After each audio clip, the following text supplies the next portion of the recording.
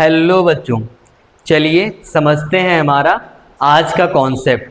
उसके लिए आपको क्या करना पड़ेगा, सबसे पहले आपको ये वीडियो देखनी। इस एक्सपेरिमेंट में हमने क्या किया है, एक कॉइन ली है, गरीबी है तो 1 रुपए के कॉइन से काम चला रहे हैं। एक हमारे पास पेपर है, दूसरा हमारे पास एक ग्लास है जिसमें वाटर फिल्ड है। ठीक, अब इसमें क्या करते हैं, एक्सपेरिमेंट करते हैं। हमने क्या किया, ग्लास ऑफ वाटर को यहाँ प्लेस किया, इसके ऊपर जो है हमने कार्डबोर्ड को रखा और उसके ऊपर हमने क्या किया, 1 रुपए का आपका कॉइन प्लेस किया। अब क्या कर रहे हैं, हम फोर्स लगाएंगे इस कार्डबोर्ड पर।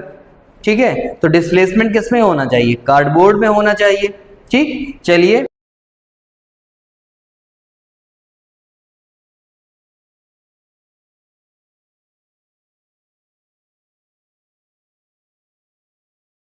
तो बच्चों, आप लोगों ने इस एक्सपेरिमेंट में क्या देखा, इस एक्सपेरिमेंट में ये देखा कि जब हमने फोर्स अप्लाई किया कार्डबोर्ड पर तो हमारा जो कॉइन था वो अपनी पोजीशन पर ही बना रहा, सिर्फ डिस्प्लेस क्या हुआ, कार्डबोर्ड डिस्प्लेस हुआ।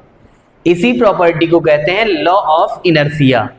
ठीक है, तो आज हम पढ़ेंगे किसके बारे में, लॉ ऑफ इनर्शिया के बारे में। तो ये जो इनर्शिया वर्ड है, इनर्शिया वर्ड डेराइव्ड हुआ है एक लैटिन वर्ड से।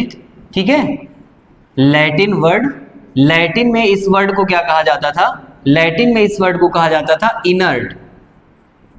ठीक, इनर्ट, इनर्ट का मीनिंग क्या होता है, ठीक है, लैटिन में इनर्ट की मीनिंग होती है अनचेंजिंग।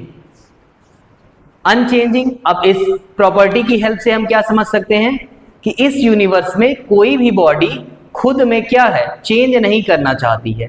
इसी प्रॉपर्टी को कहा जाता है इनर्शिया। ठीक, तो इनर्शिया वर्ड समझ में आया।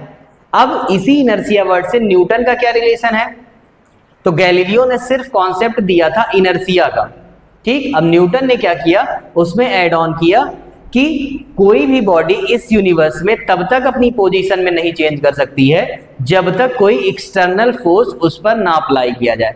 तो हमने यहां पर क्या किया था, हैंड से एक्सटर्नल फोर्स अप्लाई किया था, किस पर, कार्डबोर्ड पर। इसलिए कार्डबोर्ड तो अपनी पोजीशन से डिस्प्लेस हो गया, लेकिन कॉइन जो था उस पर फोर्स ना लगने की वजह से वो अपनी पोजीशन पर बना रहा। इसी को कहा जाता है लॉ ऑफ इनर्शिया।